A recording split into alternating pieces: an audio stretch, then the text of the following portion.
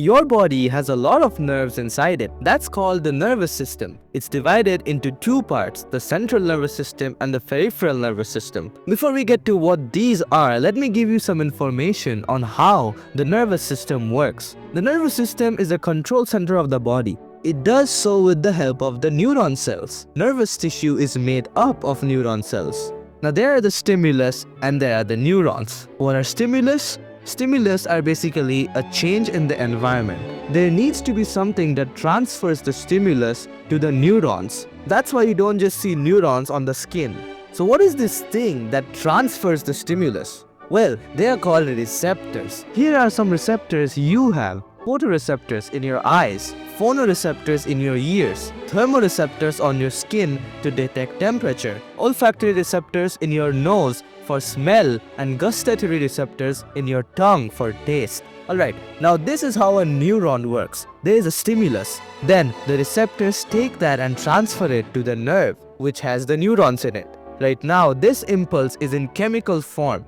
It reaches the dendrites, and now the dendrites change it from a chemical to an electrical impulse. That message travels through the body of the neuron, and now it is at the axonal end, where the impulse needs to go to the next neuron. But there is a small gap in between called the synapse. So at the axonal end, the electrical impulse is converted back into chemical impulse, which goes through the synapse and reaches the other neuron. And the cycle repeats until the message reaches the brain. Good. Now you know the basic functioning of a neuron. Let's talk about reflex action. It is an automatic and a rapid response. If you see a car speeding towards you, you won't think and just get out of its way.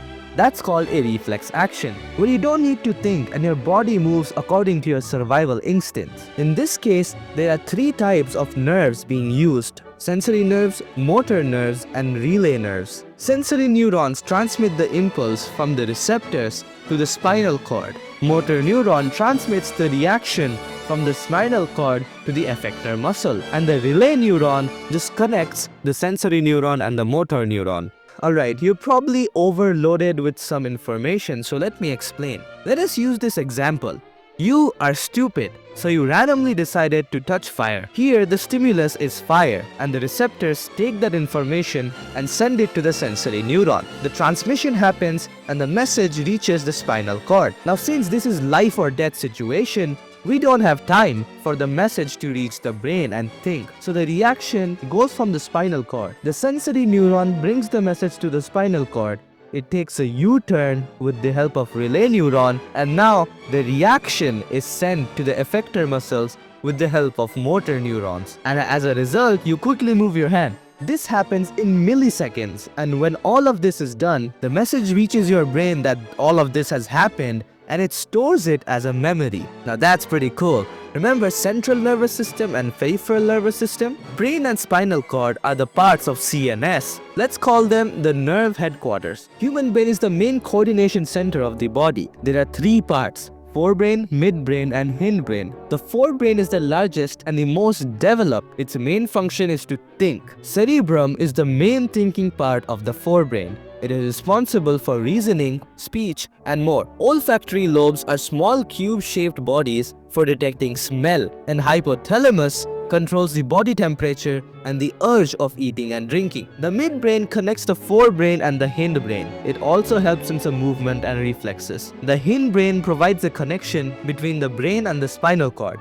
Cerebellum controls the muscular and voluntary action. It maintains the posture of the body too. The pons lie above the medulla and help in respiration. The medulla oblongata connects the brain with the spinal cord and controls involuntary actions. Now comes the small headquarters, the spinal cord. A long tubular bundle of nervous tissue is the center of control and reflex actions and transmit information through the body. The human brain is protected by the skull, aka cranium, and the spinal cord is protected by the vertebral column, aka backbone. Now it's time for peripheral nervous system. There are three types of nerves: cranial nerves, spinal nerves, and visceral nerves. Cranial nerves are the nerves that emerge from the brain. Spinal nerves are the nerves that emerge from the spinal cord, And don't go to the head. Visceral nerves are the nerves that come from the spinal cord and connect with the special internal organs. We just saw coordination in animals, let's talk about coordination in plants. Plants use electrochemical means to convey information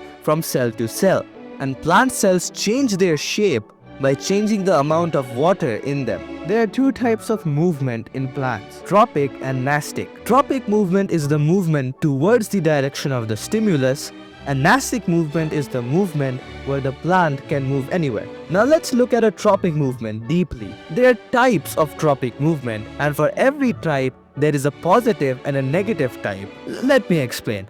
Phototropic movement is the movement towards light. Positive phototropic movement is the growth towards light, and negative phototropic movement is the growth away from light.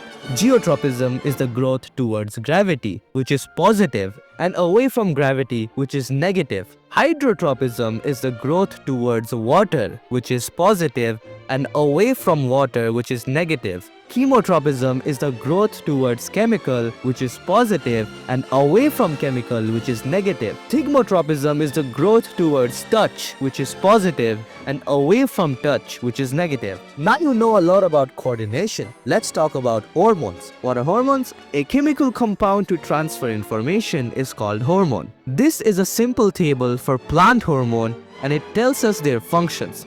And this is a simple table for animal hormones, and it tells us their functions too. At the end is the feedback mechanism. It is basically a system which tells the body when to stop giving a particular hormone. It tells what hormone needs to go where and in what amount. So the feedback mechanism is very important for hormone secretion, and that is control and coordination for you.